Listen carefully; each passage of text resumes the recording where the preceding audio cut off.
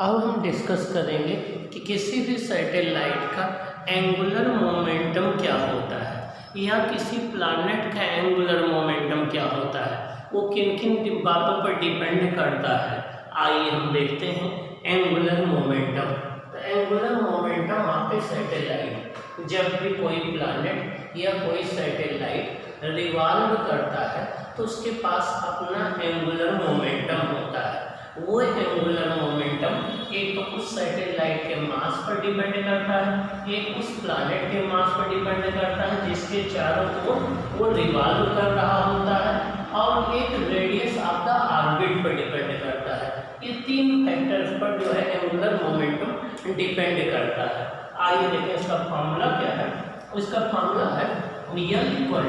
यहाँ पर v क्या है, ऑर्बिटल वेलोसिटी है, r क्या है, ऑर्बिट की रेडियस है, m क्या है, मास ऑफ द सैटेलाइट है। तो ये हो जाएगा m, और ऑर्बिटल वेलोसिटी हम पहले ही पढ़ चुके हैं कि हमारी ऑर्बिटल वेलोसिटी v होती है gm/r। ये वैल्यू हम यहाँ पर पुट कर दें तो ये हो जाएगा आपका स्मॉल m इंटू gm/r हो जाएगा।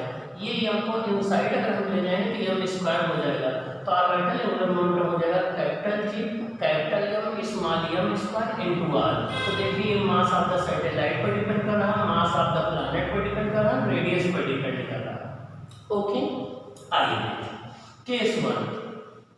जब भी कोई सैटेलाइट किसी प्लैनेट के चारों ओर रिवॉल्व करता है या कोई प्लैनेट सन के चारों ओर रिवॉल्व करता है तो प्लैनेट और सन के बीच में लगने वाला फोर्स सेंट्रल फोर्स होता है, और सेंट्रल फोर्स जो होता है कंजर्वेटिव फोर्स होता है। सेंट्रल फोर्स के द्वारा टार्क 0 होता है। तो for the satellite motion force is central, so torque tau equal to r cross f equal to ये tau equal to r cross f equal to r n sin theta unit vector n। ये आपका यहाँ पर इस case में r और f के बीच में एंगल 180 डिग्री होगा, तो ये आपका क्या आ जाएगा, 0 आ जाएगा। क्या आ जाएगा, 0 आ जाएगा। तो इसका मतलब ये हो गया कि जब भी कोई सैटेलाइट किसी प्लैनेट के चारों ओर रिवॉल्व करता है तो उसका एंगुलर मोमेंटम क्या होता है, 0 होता है। क्या होता है, जी एंगुलर, उस पर लगने वाला टार्क 0 होता है। जब टार्क 0 होगा तो इस केस में टार्क 0 कौन क्यों होता है मैं बता दूं। इस केस में अगर आपका प्लैनेट है और ये कोई एक सैटेलाइट है, ये इसका पोजीशन वेक्टर r है और ये इस पर लगने वाला फोर्स f है, तो दोनों के बीच में एंगल जो है 180 डिग्री का होता है। तो इसलिए यहाँ पर sin 180 0 हो जाता है। तो टार्क क्या है, 0 हो गया, और टार्क 0 हो गया तो टार्क होता है rate of change of angular momentum. अगर ये चीज 0 हो गई तो 0 बराबर dl/dt, और जब हम किसी कांस्टेंट का डिफरेंशिएशन करते हैं टाइम के रिस्पेक्ट में तो 0 आता है। इसका मतलब l कांस्टेंट हो गया, इसका मतलब एंगुलर मोमेंटम सैटेलाइट का क्या हो गया, कांस्टेंट हो गया। क्या हो गया, कांस्टेंट हो गया। तो जब भी कोई सैटेलाइट किसी प्लैनेट के अबाउट रिवॉल्व करता है तो उसका एंगुलर मोमेंटम क्या होता है, कांस्टेंट होता है। क्या होता है, कांस्टेंट होता है। आइए अब हम देखें केपलर सेकंड लॉ को कैसे डिराइव करते हैं।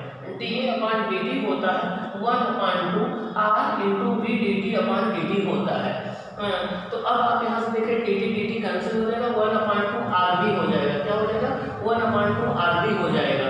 तो यहाँ से dA/dt m से मल्टीप्लाई कर दें, m से डिवाइड कर दें, तो dA/dt हो जाएगा mvr/2m हो जाएगा। क्या हो जाएगा, mvr/2m हो जाएगा।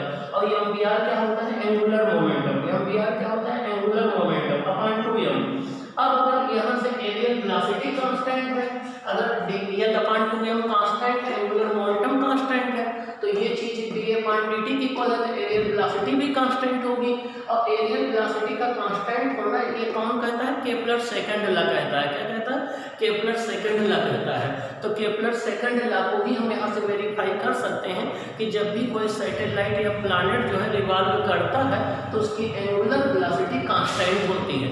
ऐसा कांस्टेंट होना उसके एंगुलर मोमेंटम के कांस्टेंट होने की वजह से होता है।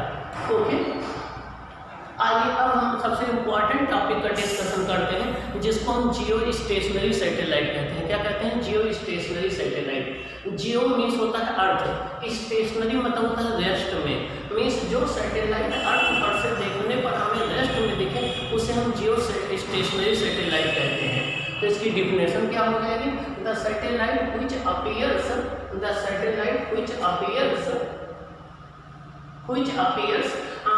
Stationery relative to the earth is called geostationary satellite. Means वो सैटेलाइट जो हमें अर्थ से देखने पर रेस्ट में दिखता है उसे हम जियो स्टेशनरी सैटेलाइट या जियो सिंक्रोनस सैटेलाइट या कम्युनिकेशन सैटेलाइट कहते हैं। तो चाहे आपको कम्युनिकेशन सैटेलाइट कहा जाए, चाहे जियो स्टेशनरी सैटेलाइट कहा जाए, चाहे जियो सिंक्रोनस सैटेलाइट कहा जाए, सबका मतलब एक ही होता है। Since relative angular velocity of a geostationary satellite with respect to Earth is zero, so it appears at rest. Means किसी geostationary satellite की जो relative angular velocity होती है अर्थ के रेस्पेक्ट में वो जीरो होती है, इसलिए अर्थ पर बंदे को वो हमेशा रेस्ट में दिखता है। Its orbit is called the parking orbit. Means geostationary satellite की ऑर्बिट को हम क्या बोलते हैं, पार्किंग ऑर्बिट बोलते हैं। क्या बोलते हैं, पार्किंग ऑर्बिट बोलते हैं। आइए मेन पॉइंट देखें। Its direction of rotation is same as that of the earth. हमारी earth west to east rotate करती है, तो जो आपके ये जियो सिंक्रोनस सैटेलाइट होते हैं ये भी वेस्ट टू ईस्ट रोटेट करते हैं। Revolve in an orbit concentric and coplanar with the equatorial plane. ये सबसे खास बात है कि जो भी जियो स्टेशन सैटेलाइट रिवॉल्व करते हैं हमारे वो उनका सेंटर अर्थ का सेंटर कंसाइड करता है और ये इक्वेटोरियल प्लेन में होते हैं। तो नंबर एक कंसंट्रिक होते हैं, दूसरे कोप्लेनर होते हैं और इसमें इक्वेटोरियल प्लेन में होते हैं। किसमें होते हैं, इक्वेटोरियल प्लेन में होते हैं। तो जो भी जियो स्टेशनरी सैटेलाइट होते हैं एक तो अर्थ के साथ कोप्लेनर होते हैं, कंसंट्रिक होते हैं और ये इक्वेटोरियल प्लेन में होते हैं। दूसरा, period of revolution around the earth is same as that of the earth. इनका टाइम पीरियड वही होता है जो कि अर्थ का होता है 24 आवर्स, इसलिए हमें रेस्ट में देखते हैं।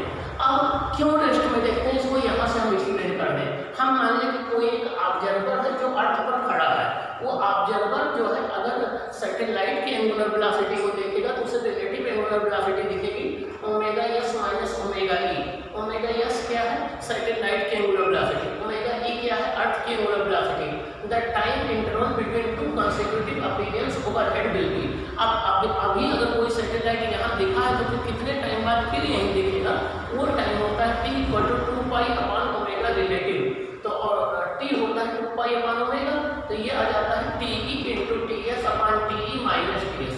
टी क्या है, अर्थ का टाइम पीरियड, टी एस क्या है, सैटेलाइट का टाइम पीरियड। अब अगर ओमेगा यहाँ से अगर omega S equal to omega E हो जाए, जो एंगुलर वेलोसिटी सैटेलाइट की है वही अर्थ की हो जाए, तो ये जीरो हो जाएगा। तो टाइम पीरियड यहाँ जीरो से डिवाइड करो, टाइम पीरियड इनफाइनाइट आ जाएगा।